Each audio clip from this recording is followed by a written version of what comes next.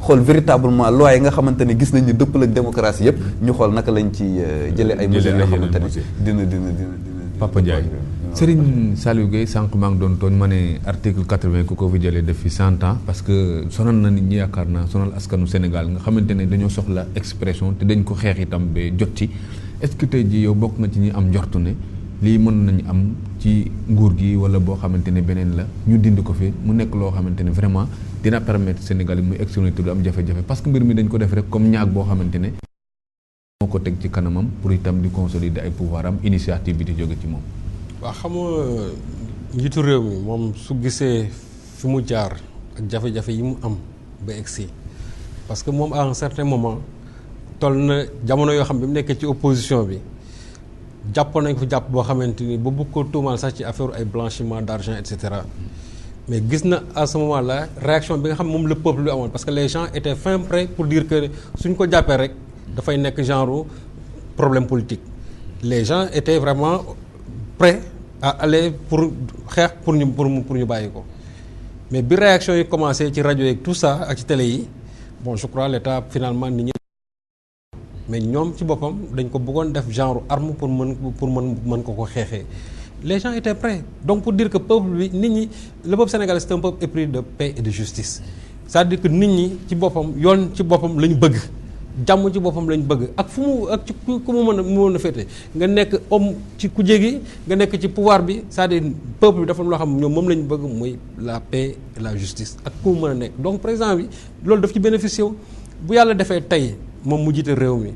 am na loo xamante ni gis na ne nit ñi ñu ngi ko doon xeex te jot dañu fi woon je crois que li mu waroon def mooy bu mu ñëwee am na yu ci bëri yoo xam ne dañ ko waroon teel a dindi defar ko génne ko boo ko fexee vraiment balayer complètement li nga xamante ne mooy démocratie Sénégal fi mu toll mais am na yoo xam boo ko bàyyee ba léegi dafay am leneen lu muy nuroo si di wax na ko léegi affaire référendum boobu ñuy wax nii ci mandat wu 5 ans 7 ans je crois moi je l'ai def waxoon naa ko fi Ousmane benn émission nee naa leen vraiment pour man c'est un débat stérile parce que un référendum ne s'impose pas parce que référendum bi esprit bi xam nga encore mooy lan mais je reviens encore à l'esprit de la loi esprit bi mooy lan bu fekkente ne dañu référendum mooy ki nga xam ne day bëgg a yokk ki bëgg a yokk boobaa dañaa ne laajal peuple bi ndax ñoo ànd nañ ci yokk bi mais wàññi bi taxul ñuy wax xam nga wàññi bi moom jarul ren loo xam ne ni war na ne tout le monde ñëpp ne waaw la ñuy wax loolu kay jarul jaar ay di yàq xaalis te loi bi ba dégg ñu naan une loi c'est dans les motifs yi nga xam ne moo nekkoon à la base bu ñu nekkatul loi bi ci boppam amatul sens donc je crois que foofu moom vraiment nit ñi sax war nañu fa perdre temps il faut passer à l'Assemblée pour régler le problème des 5 ans mais li ci métti mooy louvoiement yi nga xam moo ci am depuis boobu ba léegi qu'est-ce qui empêche le chef de l'État vraiment trancher débat boobu mu jeex ñu jàllaat ci leneen la réforme des institutions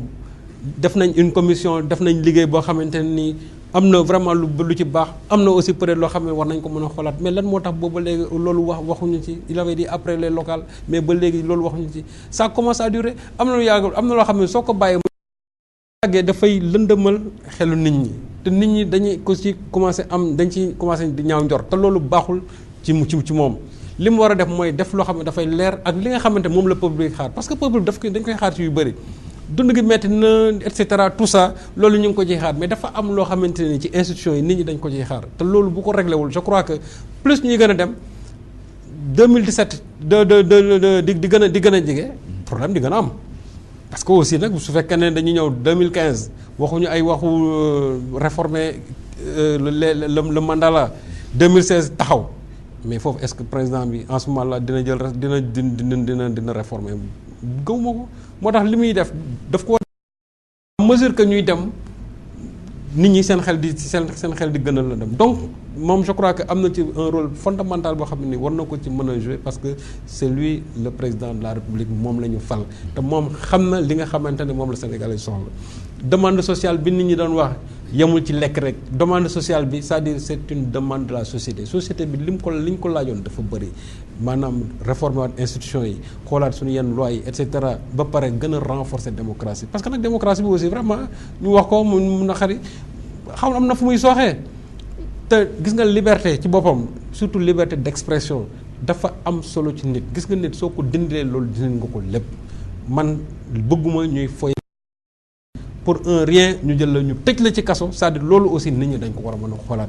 am ay peine pécuniaire am na je crois que lu ci yu bëri yoo xam ne mais pour un rien rek ñu ne peine carcérale parce que aussi jël nit ki tëj ko ci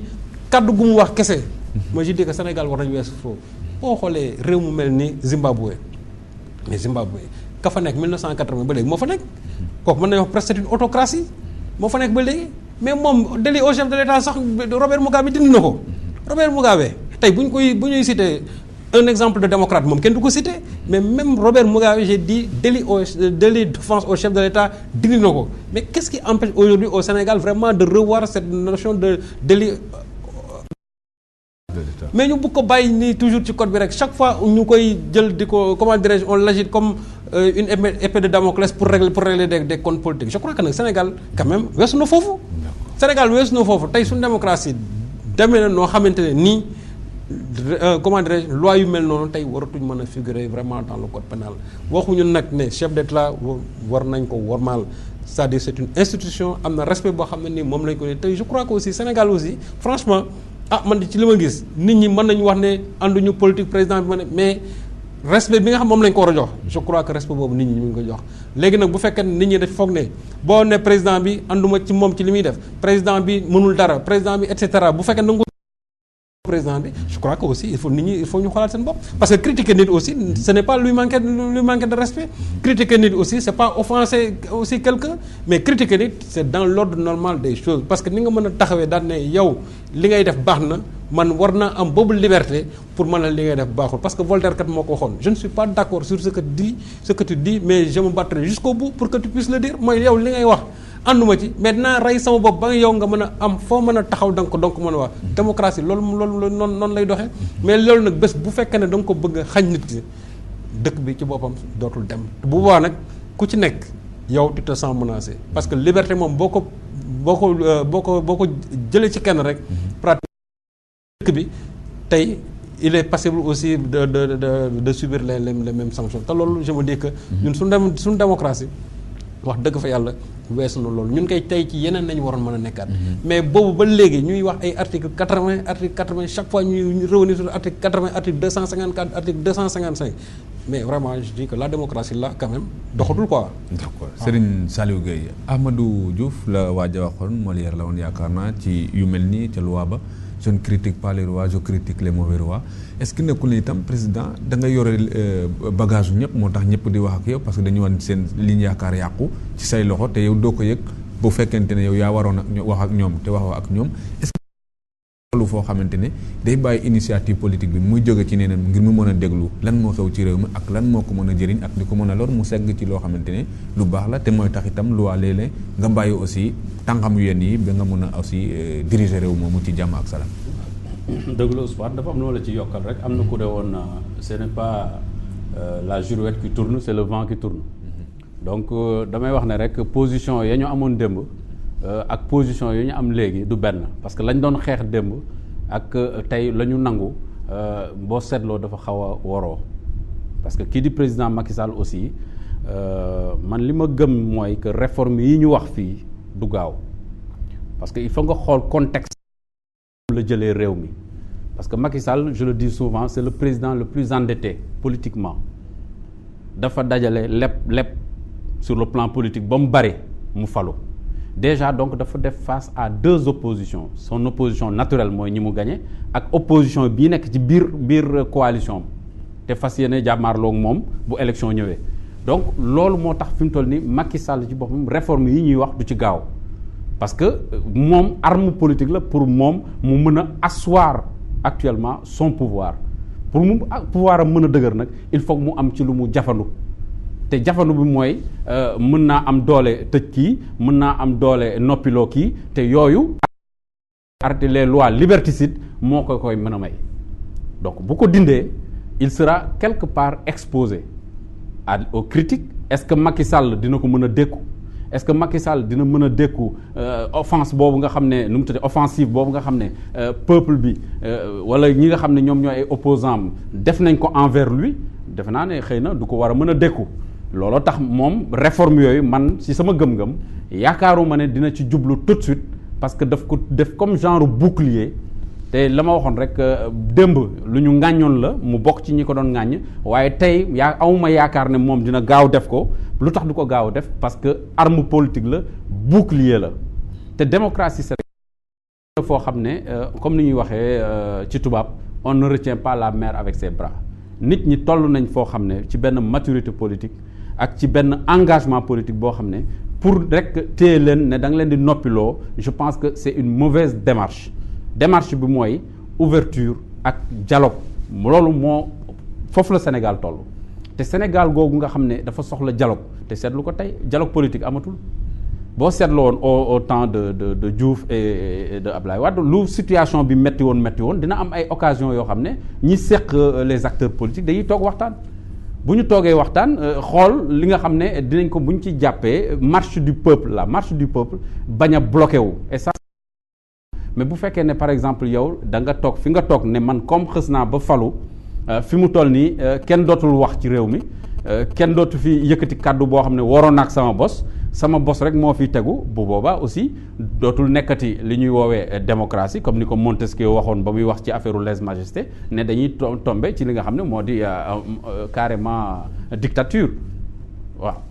nu mu tudd da ngay nekk tout de suite un autocrate te loolu aussi je pense que lu ñu war a éviter la ci réew mu mel ni Sénégal nga xam ne xeex nañ depuis longtemps depuis la cour de sûreté de l'État amoon na fi cour de sûreté de l'État en 88 jàpp nañ ci Ablaye Wade tëj pour les mêmes raisons donc ay lois ak ay cours yoo xam ne c'est des lois et des cours liberticides Sénégal dépassé nañ foofu peuple bi moo souverain être obnubilé maanaam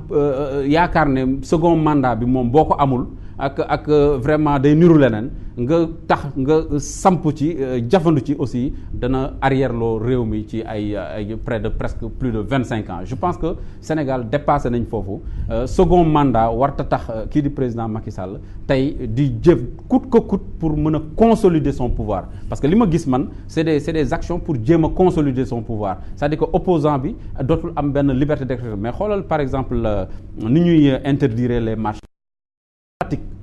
c'est-à-dire que aujourd'hui marche ci Sénégal boo nee marche c'est pas le régime